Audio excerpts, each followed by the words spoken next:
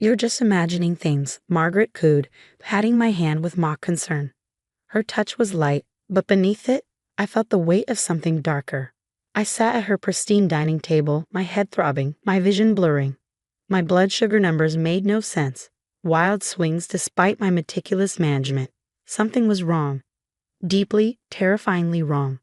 My name is Olivia Parker. I'm 34 years old, and I've been managing my type 1 diabetes for over 2 decades. I know my body. I know when something isn't right. And ever since moving closer to my in-laws 6 months ago, my readings have been erratic, dangerous even. Maybe you're just stressed, Margaret suggested smoothly, sliding a cup of tea toward me. All this obsessing over numbers can't be good for you. You know, my friend's daughter cured her diabetes with essential oils. I forced a smile, though my smartwatch buzzed another urgent warning against my wrist. Margaret had never approved of me, the woman who had trapped her precious son with a chronic illness. As if I had chosen this. As if I hadn't told James everything when we started dating 5 years ago. I've been managing my diabetes for 20 years, I said, keeping my voice even. I know when something is wrong. Margaret's lips tightened, her eyes flickering with something unreadable. Well, if you just try some of my natural remedies instead of all those harsh chemicals. I barely heard her.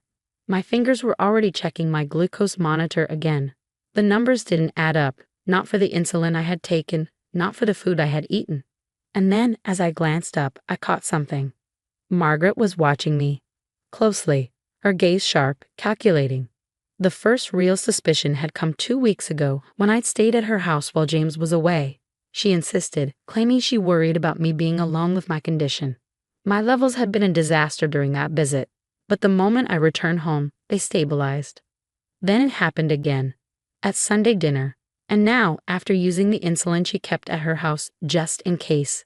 The insulin she had insisted on keeping, my numbers were spiraling again. More tea? She asked, already reaching for my cup. I hesitated, watched her, noticed the slight tremor in her hand, the way she avoided my eyes. No, I stood abruptly. I should get home. I need to check my backup insulin. Don't be silly, she said quickly, too quickly. You just took your insulin here. And you know what the doctor said about driving when your sugar's unstable. I hadn't told her about my last doctor's visit. My smartwatch buzzed again. Another spike. Another red warning flashing across my screen. And then I saw it, the pattern. Every erratic reading traced back to one thing. Margaret. I've been tracking everything, I said quietly, pulling out my phone. Every dose, every meal, every visit. Would you like to see the pattern? Margaret paled. You and your gadgets. In my day, we didn't need all this technology to stay healthy. In your day, I said, a lot of diabetics didn't survive. I grabbed my purse, heart pounding. I had to get home, had to check my supplies. But as I turned toward the door, something caught my eye. The kitchen trash can. An empty glucose tablet container. The same brand I kept in my emergency kit here. Margaret stepped in front of me, blocking away. I'll walk you out, she said, too eager, too tense. But I was already moving, past her, toward the kitchen drawer where she kept my emergency insulin. The sight that greeted me turned my blood to ice. Empty insulin cartridges, glucose tablet bottles, their seals broken. One still dusted with fine powder, refilled with something else. What are you doing? Margaret's voice shot up an octave, sharp with panic. That's private property. Private? I turned, holding up an empty insulin cartridge. Like my medication is private. What did you do, Margaret? Switch my insulin with saline. Replace my glucose tablets with sugar pills. Her face twisted. I was trying to help, she snapped. If you just get sick enough, maybe you try real cures instead of all these toxic chemicals. Then James wouldn't have to worry about having sick children. The room tilted, not from my blood sugar, from the sheer cold calculation of it. My phone was already in my hand, the health app open, displaying the undeniable proof. The spikes, the crashes, the deliberate sabotage. I've been documenting everything, I said, my voice eerily steady. And now I have proof. Margaret's expression hardened. No one will believe you. You're just an unstable diabetic who can't manage her own condition. Who do you think James will trust? His loving mother or his pharmaceutical-dependent wife? A strange calm settled over me. I pressed a button on my phone, stopping the recording. Why don't we ask him? I said quietly. And then from the doorway, a sound. The front door closing. James stood there, pale, his phone in his hand, open to the emergency alert I had set up weeks ago. The one that triggered when my levels became dangerous. Margaret's mask shattered. James. Margaret's voice shot up, brittle with panic. I can explain everything. I was just trying to protect you. Protect me? James stepped into the kitchen, his expression a storm of betrayal and disbelief. By tampering with Olivia's medication. By risking her life. I gripped the counter, my phone still recording, my smartwatch vibrating another urgent alert against my wrist. James saw the numbers flash on the screen and immediately moved to my side. We need to get you to the hospital, he said, his arm steady around me. Your levels have been all over the place for the last hour. No, Margaret lunged toward the door, blocking our way. She's manipulating you, James. She's faking these readings, trying to turn you against me. I'm your mother. I forced my shaking hands to steady as I pulled up my health app. Look at the pattern, James, I said, my voice low but firm. Every dangerous spike coincides with visits here. Every irregularity happens after I take insulin from the supply she insisted on keeping. James took my phone, scrolling through the data. His face darkened as he read my careful notes. Dates, times, symptoms, photographic evidence of my medication before and after it was in Margaret's care. The timestamps, he murmured, his jaw tightening. The photos. The pattern. His gaze snapped back to his mother. What did you do? Margaret's composure fractured further. I did what any loving mother would do. That insulin she takes, it's poison. I was trying to show her there are natural alternatives. If she had just gotten sick enough to try them. Sick enough? James's voice sharpened with fury. She could have died. Do you even understand that? Diabetes isn't some minor inconvenience you can cure with essential oils and wishful thinking. It's a medical condition that requires actual treatment. The room tilted, not from my blood sugar, but from the weight of her words, the full, awful realization of what she had been willing to risk. James caught me as my knees wobbled, his grip sure, steady. He checked my glucose monitor, his medical training taking over even as rage burned behind his eyes. We're leaving, he announced, his voice cold, final. And we're taking Olivia's compromised medication as evidence. Margaret went pale. Evidence? Evidence for what? For the police, I said quietly. Tampering with prescription medication is a felony, Margaret. Did you know that? She let out a high, brittle laugh. You wouldn't dare. I'm family. Family doesn't try to kill family, James shot back, already gathering the empty insulin cartridges and altered glucose tablets. Family doesn't swap out life-saving medication with placebos. I kept the originals, I added, watching her reaction closely. Untouched. The lab can compare them. My endocrinologist has already flagged my erratic readings. Margaret's mask cracked completely, raw desperation bleeding through. Everything I did for you, James. She trapped you with this illness. Any children you have could be sick too. I was trying to free you. Free me? His voice was ice. By slowly poisoning my wife. By playing God with her life because you refused to accept reality. Margaret's face twisted with something ugly. She's made you weak, she spat. The James I raised would understand that sometimes difficult choices must be made for the greater good. A sick chill ran through me. The greater good?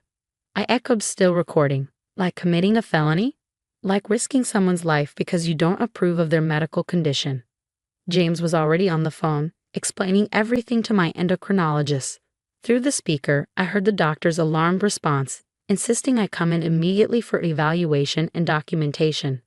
Margaret's hands clenched into fists. If you leave with her, she said, her voice shaking with fury, if you do this to your own mother, don't expect to be welcomed back into this house. James hung up and met her gaze. For the first time, he truly saw her, not as the mother who had raised him, but as the woman who had nearly cost his wife her life. If Olivia had died because of you, he said, his voice hollow with restrained rage, welcome would be the least of your concerns. I took a breath, steadying myself. I saved everything, I told her. Every reading. Every text where you insisted on keeping my medication here. Every photo of the tampered supplies. The police will have everything they need. Margaret's expression collapsed into disbelief, then fury. You planned this? You trapped me. No, Margaret, I replied as James guided me toward the door.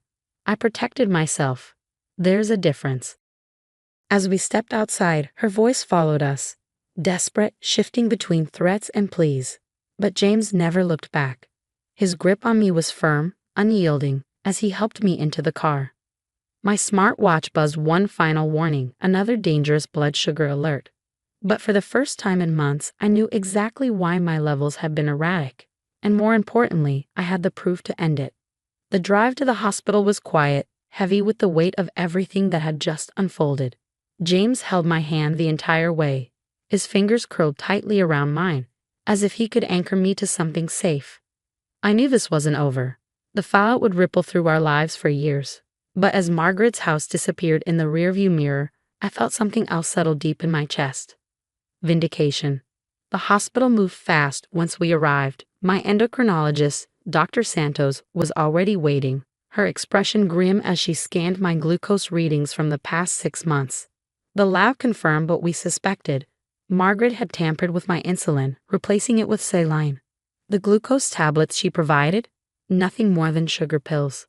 You could have died, Dr. Santos said bluntly, looking up from my charts. If you hadn't documented everything, if you hadn't tracked your symptoms so carefully, this could have ended very differently. I swallowed hard, feeling James's hand tighten around mine. That evening we gave our statements to the police. Detective Martinez listened intently, her expression hardening as she played back the recording of Margaret's confession. The evidence was undeniable. My meticulously tracked health data, the altered medication, the text messages, and most damning of all, Margaret's own words. This is clear-cut medical tampering, Martinez said. Your mother-in-law will be facing serious charges. In the weeks that followed, our world shifted. James's family fractured. Some rallied around Margaret, insisting she had simply been a well-meaning mother who had gone too far. Others were horrified, reaching out to offer support, shaken by the realization of what she was capable of. Late one night, James's sister Elena called. Her voice trembled.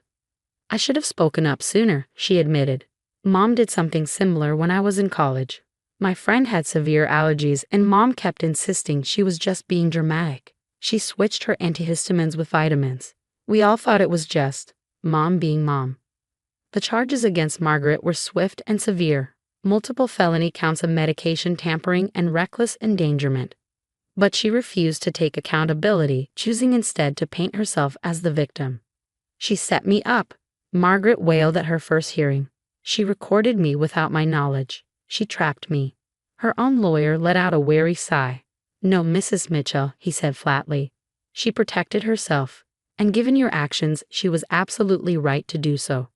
Through it all, James never wavered. He cut ties with his mother completely, pouring his energy into my recovery and making sure I was safe, physically, emotionally, medically. We moved farther away, starting fresh in a place where I could manage my health without interference. 6 months later, Margaret accepted a plea deal. 2 years of house arrest, mandatory psychiatric evaluation, no contact with me or any of my medical providers, a legal ban on giving medical advice or handling anyone else's medication. It's not enough, James said when we heard the terms. After what she did to you. But I exhaled, feeling something settle inside me. She's exposed now, I said. Everyone knows what she's capable of. She can't hurt anyone else like this. We moved forward, rebuilding our lives. I became an advocate for medical autonomy, sharing my story with support groups. The more I spoke, the more I realized I wasn't alone. Stories of family members interfering with life-saving treatment, of medical abuse disguised as concern, were more common than I had ever imagined.